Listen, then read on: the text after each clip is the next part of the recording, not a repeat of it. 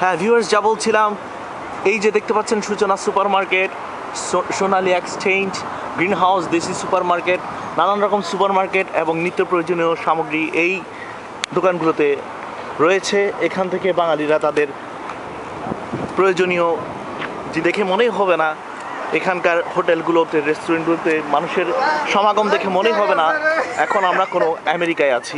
আমাদের দেখেই মনে হচ্ছে যেন আমরা বাংলাদেশের ঢাকা কিংবা চট্টগ্রামের কোনো একটি এলাকার মধ্যে রয়েছে। এটা নামটা দেখতে পাচ্ছেন ঘরোয়া, খুব সুন্দর একটা নাম, সুইট অ্যান্ড রেস্টুরেন্ট। এরপর এখানে দেখতে পাচ্ছেন খিলি পানের দোকান, নানা রকম পানের দোকানদার রয়েছেন। এখানে বাঙালিরা যাদের পানের অভ্যাস আছে, পান সিগারেটের, তারা পান খেয়ে থাকেন, পান কিনে থাকেন, খিলি পান। বাংলাদেশে যেটা $1, এখানে $1 বিনিময়ে মানুষ অন্তত পানের স্বাদটা পেয়ে থাকে। হ্যাঁ, দেখতে পাচ্ছেন দূরে আরও এখানে অনেক গ্রাফিক্স ডিজাইনিংয়ের স্পেকট্রাম আছে। এরপর ম্যাকডোনাল্ড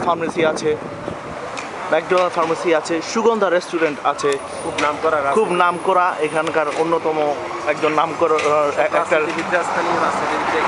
হ্যাঁ, এখানকার রাজনীতিবিদরা রাজনৈতিক মিটিংগুলো এই সুগন্ধা রেস্টুরেন্টে করে থাকে। এখানে চারটি রেস্টুরেন্ট আছে, একটা হচ্ছে ঘরোয়া, একটা সুগন্ধা, একটা জায়রো, আর একটা হচ্ছে কবির বেকারি। এর ভাবানুবাদ করে, দিনের কথাবার্তা, সুখ দুঃখ শেয়ার করে। এটা একটি salon, happy hair cutting salon দেখতে পাচ্ছেন আপনারা।